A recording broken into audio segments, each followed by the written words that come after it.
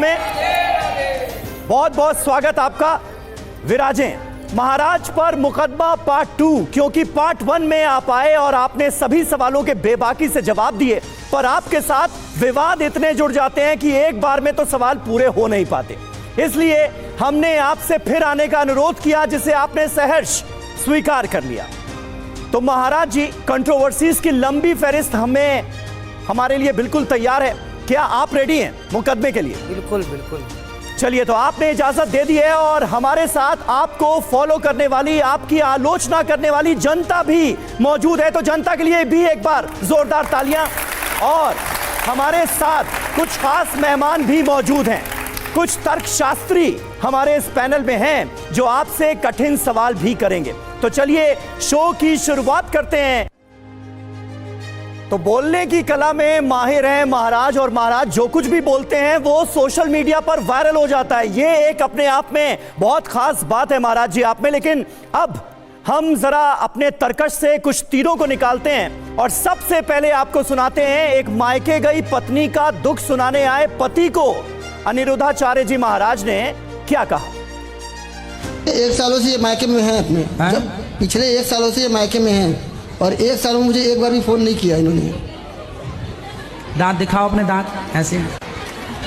अच्छा ठीक है। गुटखा तो नहीं खाते? खाते हैं कभी कभी। दांत कुछ काले काले से लगे, इसलिए हमने जूम करके देखा। तो देखा आपने महाराज की ये क्लिप, और अब इसी क्लिप से जुड़ा एक अहम सवाल हम आपके सामने रखने जा रहे हैं, जो कि महाराज पर मुकदमे का पहला हमारा सवाल है। क्या अनिरुद्धाचार्य जी महाराज की आंखें कैमरे की तरह जूम होती हैं? ये यूं यूं करके क्या आप जूम कर लेते हैं और देख लेते हैं दूर तक का भी? ऐसा है कि इसको हमारे वृंदावन में एक मंदिर है, तो वहाँ के ठाकुर जी बहुत छोटे हैं। अच्छा। तो जब वहाँ जाओ ना, तो वहाँ पे भगवान दिखते नहीं हैं, बहुत छोटे से हैं, है ना। तो फिर वहाँ पे ना ऐसे देखा जाता है। इससे क्या होता है, जो यहाँ वहाँ दिखता है ना, वो केंद्रित होता है। और आप अभी प्रैक्टिकल करिए, आप ऐसे करिए तो आप स्पष्ट देख पाएंगे। ये प्रैक्टिकली है। तो वहाँ पे परंपरा ये सदियों से है कि भगवान जी को ऐसे देखने से ना, जैसे आप बहुत शोर शराबा में, भीड़ भाड़ में, और भगवान जी के दर्शन करना है तो ऐसे करके देखिए, तो बिल्कुल आपको भगवान जी ही दिखेंगे और आप उनको धारण करिए अपने हृदय में। लेकिन जिस व्यक्ति से वहां प्रवचन के दौरान बात कर रहे थे, तो उसके दांतों का गुटखा आपको जूम करके दिखा कि नहीं दिखा? बिल्कुल दिख जाएगा। दिख गया था ना? हाँ। चलिए ठीक है, थोड़ा सा और आगे बढ़ते हैं। सुनिए, अनिरुद्धाचार्य जी महाराज को शादी में दुल्हन के नाचने पर भी ऐतराज है। क्यों भला, जरा देखिए। कल देखो ना, लड़कियां शादी में जब आती हैं मंडप में, तो नाचती हुई आती हैं। कहो इन बेटियों से नाच लेना, कोई मना थोड़ी करेगा। पर यहाँ तुम्हारे सामने ससुर है, तुम्हारा बाप है, तुम्हारा जेठ है, समाज बैठी है, यहाँ ही नाचना क्यों है? पति के संग नाचना रोज। तो देखा आपने महाराज जी ने क्या जवाब दिया इसका, और किस तरह से इस इशू पर वो बात करते नजर आए। लेकिन क्या सवाल है इस क्लिप से निकला हुआ अगला हमारा मुकदमे का सवाल क्या है महाराज जी के लिए? आइए उस पर जल्दी से एक नजर अब डाल लेते हैं। ये रहा सवाल। क्या अनिरुद्धाचार्य जी महाराज को दुल्हन की खुशी सहन नहीं हो रही है?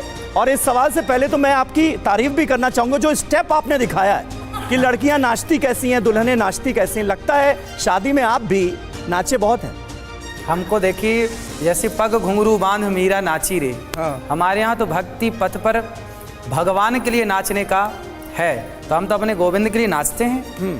तो फिर दुल्हन के नाचने पर इतना ऐतराज क्यों है आपको? दुल्हन के नाचने पे उसके आगे जवाब तो दिया कि पति ससुर बैठा है, जेठ बैठा है, समाज बैठी है, सारी जिंदगी तो नाचना है। अभी एक मर्यादा में, क्या आज के 50 साल पहले हमारे यहाँ क्या ये फैशन था, ये चलन था कि लड़की नाचते हुए आए? यहाँ जितनी हमारी वृद्ध माताएं बैठी हैं, बेटियां बहन बैठी हैं, इनसे पूछिए कि क्या, हाँ समाज में जो हो रहा है वो हो तो रहा, उसे तो आप नहीं रोक सकते ना मैं रोक सकता, लेकिन सही बात तो रख सकते हैं कि बेटा ये गलत है और ये सही है। बस वही बात रखी जाती है। लेकिन यहाँ पर ऑडियंस भी हमारे साथ मौजूद है। आप में से कौन कौन ऐसा है जो शादी में डांस करना चाहता है? देखिए तमाम ऐसी लड़कियां हैं जो कि शादी में डांस करना चाहती हैं। अरे भाई अगर कोई खुश होगा तो वो नाचेगा भी, झूमेगा भी, रोक कैसे सकते हैं आप? ना ना,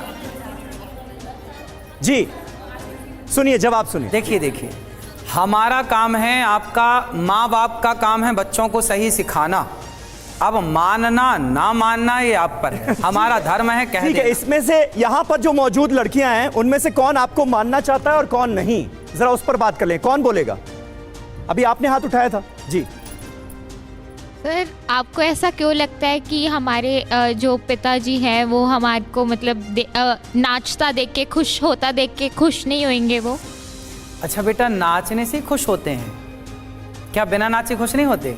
अगर नाच के खुशी बयान की जा सकती है तो क्यों नहीं? हाँ तो की जाए ना, पर उसके अलग अलग स्थान है ना बेटा, कहाँ नाचा जाए कहाँ ना नाचा जाए, ये तो मर्यादा है। कहाँ नाचना है कहाँ नहीं नाचना। हाँ, आप क्या कहना चाह रहे हैं? राधे राधे। राधे राधे। मुझे ये जानना है कि ऐसा कहाँ लिखा है कि हम अपनी खुद की शादी में जब बहुत ज़्यादा खुश है तो हम नहीं नाच सकते? बेटा हर चीज़ लिखी नहीं होती है ना।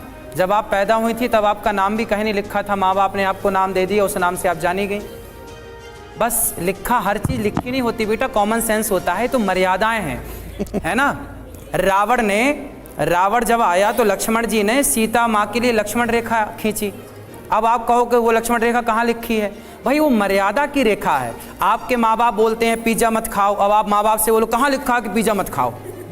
आप माँ बाप बोलते हैं बेटा मोबाइल मत चलाओ, अब आप माँ बाप से पूछो, माँ बाप बोलो कहाँ लिखा है कि मोबाइल मत चलाओ। भाई माँ बाप जो बोलते हैं आपके हित के लिए बोलते हैं। और आपको नाचना है तो कोई मैं आपका हाथ पकड़ने तो आऊँगा नहीं, खूब नाचो खूब नाचो, आप खूब नाचिए, हमें कोई ऐतराज नहीं। जो मुझे सही लगता है मैं तो वो बात है वो तथ्य यानी रखता अपने हूं। प्रवचनों में आप एक तरह से महिलाओं के लिए लक्ष्मण रेखा खींचने का काम कर रहे हैं ना हाँ ना, मैं प्रवचनों में केवल अपने सनातन की एक मर्यादा की स्थापना करना चाहता हूँ। एक मर्यादा क्या है वो उसकी बात करता हूँ। वो अच्छी लगे तो मान लो, अच्छी ना लगे तो आप स्वतंत्र हैं। कोई जबरदस्ती थोड़ी कह रहे कि नहीं मानो, जो मानने लायक हो मान लो, नहीं मानने लायक है छोड़ो। ठीक है, लेकिन एक बात तो है कि आप जिस तरह के बयान देते हैं उसके चलते आपकी लोकप्रियता न सिर्फ देश में बल्कि विदेश में भी नजर आ रही है। कैसे, एक नमूना आपको दिखाते हैं। अनिरुद्धाचार्य जी महाराज की पॉपुलैरिटी पाकिस्तान में भी है। एक मौलाना ने बाबा के बारे में क्या कहा है, सुनाते हैं आपको। अभी एक हिंदू पंडित थे, यूट्यूब फेसबुक पे उनका क्लिप मैंने, उसमें किसी ने हिंदू पंडित से सवाल किया था कि हम तो भगवान के सामने सुबह 4 रोटियां रख के जाते हैं, शाम को वो 4 की 4 ही होती हैं, तो भगवान साहब खाते पीते तो है नहीं, तो ये क्या हो रहा है? इससे भगवान तो खुश क्यों हो रहे हैं जब रोटी रखी है? तो मोहतरम ने जवाब ये दिया कि मैं इस वक्त